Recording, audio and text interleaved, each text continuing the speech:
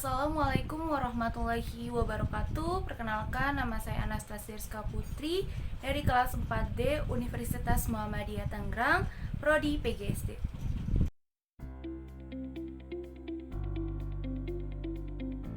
Pada modul kurikulum Merdeka sudah mempelajari tentang capaian pembelajaran, yaitu kompetensi pembelajaran yang harus dicapai oleh peserta didik dalam satu fase.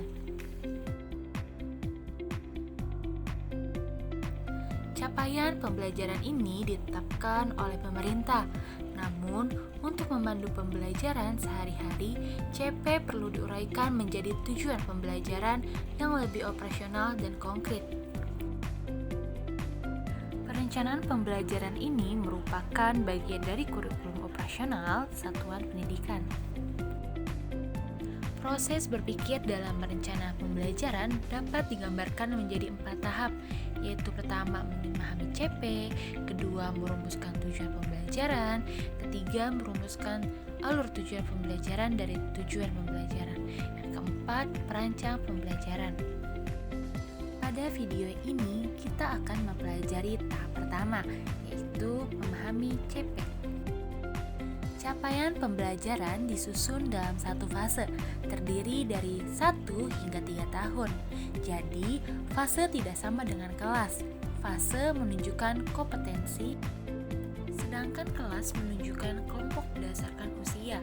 Oleh karena itu, dalam perencanaan pembelajaran untuk satu fase, pendidik hendaknya melakukan kolaborasi dan komunikasi dengan rekan pendidik yang sama-sama mengajar pada satu fase yang sama.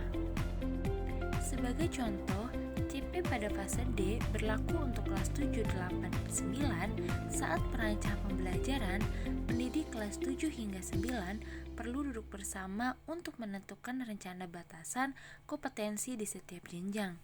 Dengan begitu, kompetensi pembelajaran yang akan dicapai peserta didik dapat dipelajari secara berkesinambungan. Pendidik juga dapat menyampaikan informasi terkait karakteristik peserta didik setiap jenjang atau informasi lain yang dibutuhkan dalam merancang pembelajaran. Untuk memahami capaian pembelajaran, ada 4 langkah dalam memahami capaian pembelajaran. Tahap pertama, irasional. Pentingnya mempelajari sebuah mata pelajaran dan kaitannya dengan profil pelajar Pancasila. Tahap yang kedua ada tujuan, kemampuan atau kompetensi yang dituju peserta didik di mata pelajaran. Tahap ketiga, karakteristik, menjelaskan apa yang dipelajari dalam mata pelajaran tersebut, serta elemen-elemen yang membentuk mata pelajaran. Tahap keempat ada capaian per fase, kompetensi yang harus kita capai dalam sebuah satu fase.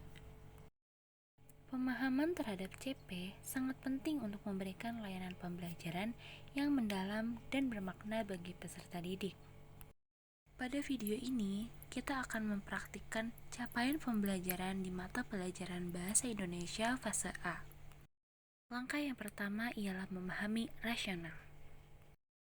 Mengapa peserta didik perlu mempelajari pelajaran ini?